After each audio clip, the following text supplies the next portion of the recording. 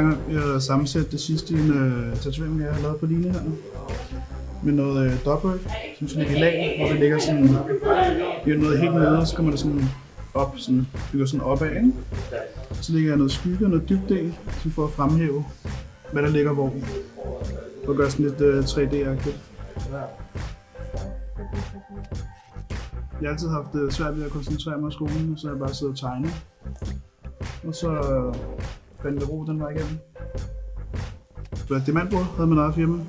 Og så havde jeg en kammerat, der var tatovør, som havde et tatoveringssæt til salg. Og så spurgte jeg, om jeg ikke ville købe det. Og så købte jeg det. Og så jeg bare og øvede mig, og så kunne jeg bare mærke, at det var det her, jeg skulle. Så solgte jeg mit, diamantbåndsfirma. Og så gik jeg i gang med at tatovere.